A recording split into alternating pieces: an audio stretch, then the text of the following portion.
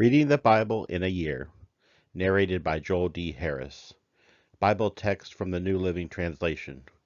January 4th, Genesis 10 through 12, and Matthew 4.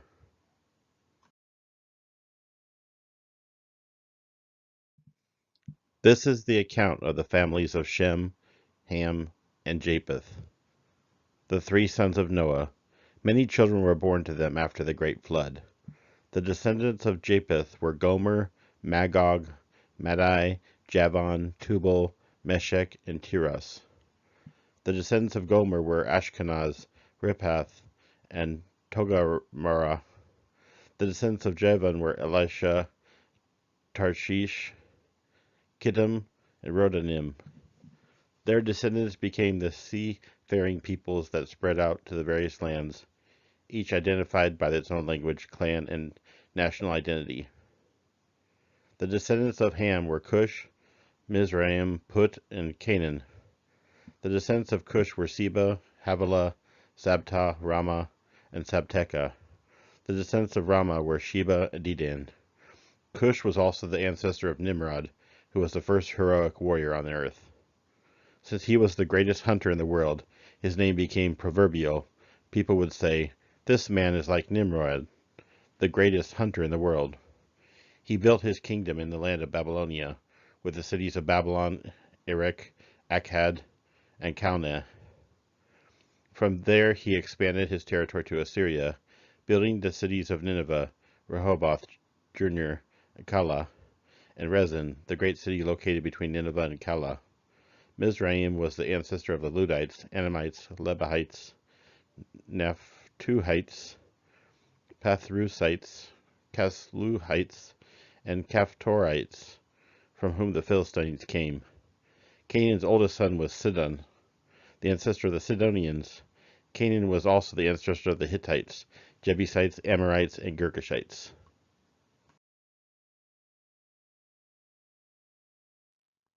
Hivites, Arkites, Sinites, Arvadites, Zemarites, and Hamathites. The Canaanite clans eventually spread out, and the territory of Canaan extended from Sidon in the north of Gerar and Gaza in the south, and east as far as Sodom, Gomorrah, Admah, and Zeboim near Lasha. These were the descendants of Ham, identified by clan, language, territory, and national identity. Sons also were born to Shem, the older brother of Japheth. Shem was the ancestor of all the descendants of Eber. The descendants of Shem were Elam, Asher, Arphaxad, Lud, and Aram. The descendants of Aram were Uz, Hul, Gether, and Mash. Arphaxad was the father of Shelah, and Shelah was the father of Eber. Eber had two sons. The first was named Peleg, which means division, for during his lifetime the people of the world were divided into different language groups. His brother's name was Joktan. Joktan was the ancestor of Almodad, Shelep, Hazmaraveth, Jerah, Hodoram, Uzal, Dikla, Obal, Abimael, Sheba, Ophir, Havilah, and Jobab. All these were descendants of Joktan. The territory they occupied extended from Mesha all the way to Sephar in the eastern mountains. These were the descendants of Shem, identified by clan, language, territory, and national identity. These are the clans that descended from Noah's sons, arranged by nation according to their lines of descent. All the nations of the earth descended from these clans after the great flood.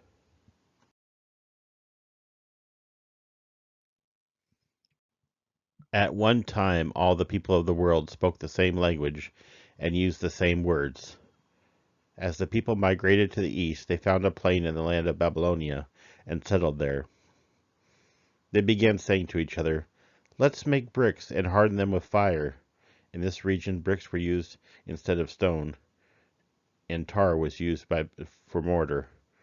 Then they said, "Come, let us build a great city for ourselves, with a tower that reaches into the sky. This will make us famous and keep us from being scattered over all the world." But the Lord came down to look at the city and the tower the people were building. "Look," he said, "the people are united, and they all speak the same language. After this, nothing they set out to do will be impossible for them. Come, let us go down and confuse the people with different languages. Then they won't be able to understand each other. In that way the Lord scattered them over the world, and they stopped building the city. That is why the city was called Babel, because that is where the Lord confused the people with different languages. In this way he scattered them over all the world. This is the account of Shem's family 2 years after the great flood. When Shem was 100 years old, he became the father of Arphaxad. After the birth of Arphaxad, Shem lived another 500 years and had other sons and daughters. When Arphaxad was 35 years old, he became the father of Shelah. After the birth of Shelah, Arphaxad lived another 403 years and had other sons and daughters. When Shelah was 30 years old, he became the father of Eber.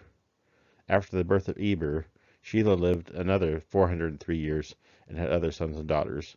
When Eber was 34 years old, he became the father of Peleg.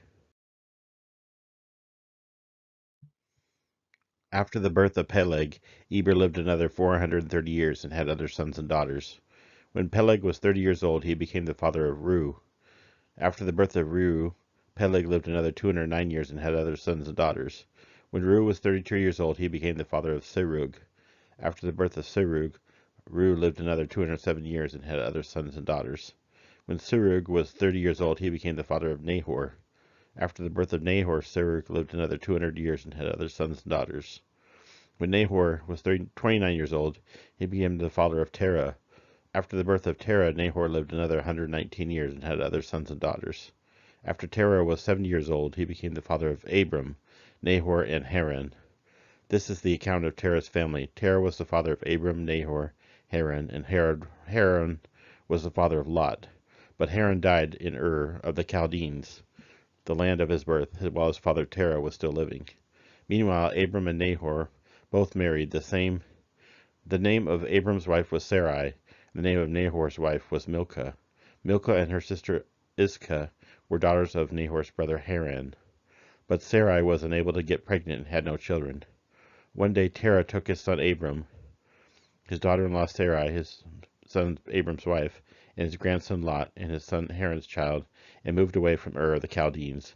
He was headed for the land of Canaan, but they stopped at Haran and settled there. Terah lived another for 205 years and died while still in Haran.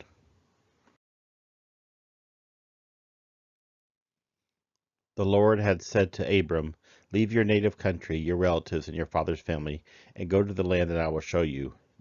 I will make you into a great nation. I will bless you and make you famous, and you will be a blessing to others.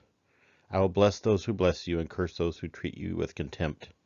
All the families on the earth will be blessed through you." So Abram departed as the Lord had instructed, and Lot went with him. Abraham was 75 years old when he left Haran. He took his wife Sarai, his nephew Lot, and all his wealth, his livestock, and all the people he had taken into his household at Haran, and headed for the land of Canaan, where they arrived in.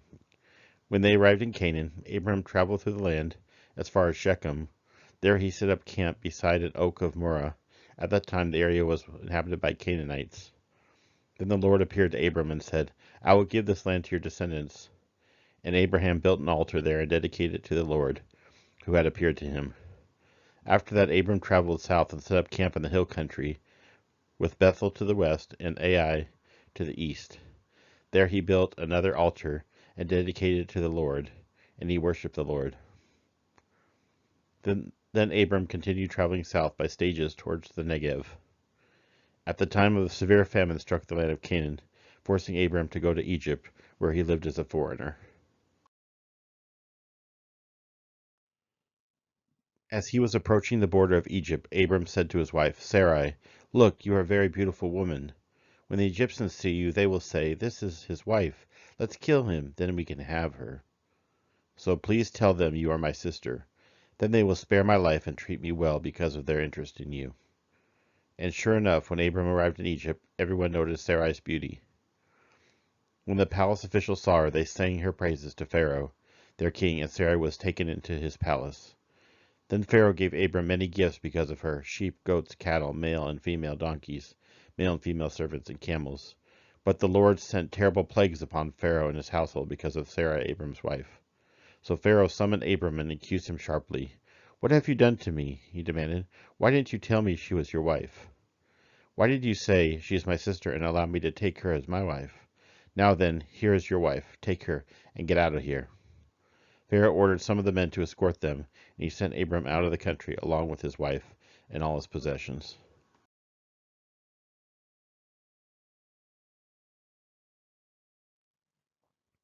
Then Jesus was led by the Spirit into the wilderness to be tempted by the devil.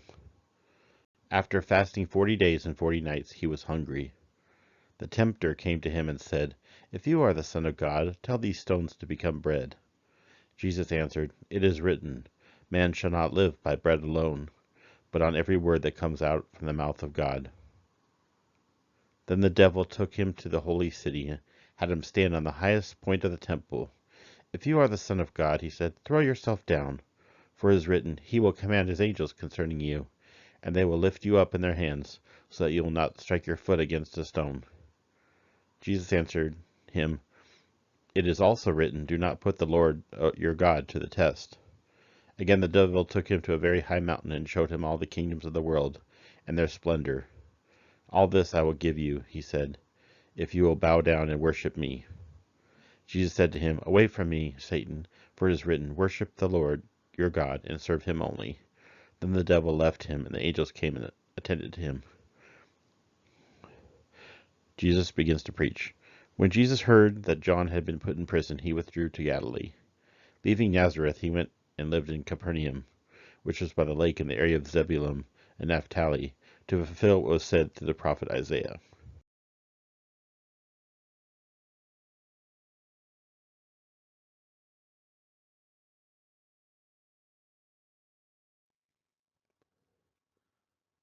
Land of Zebulun and land of Naphtali, the way of the sea, beyond the Jordan, Galilee of the Gentiles. The people living in darkness have seen a great light. On those living in the land of the shadow of death, a light has dawned. From that time on Jesus began to preach, "Repent, for the kingdom of heaven has come near." As Jesus was walking beside the Sea of Galilee, he saw two brothers, Simon called Peter, and his brother Andrew. They were casting a net into the lake, for they were fishermen. "Come, follow me," Jesus said, "and I will send you out to fish for people." At once they left their nets and followed him. Going on from there, he saw two other brothers, James son of Zebedee and his brother John. They were in a boat with their father Zebedee, preparing their nets. Jesus called them, and immediately they left their boat, their father, and followed him.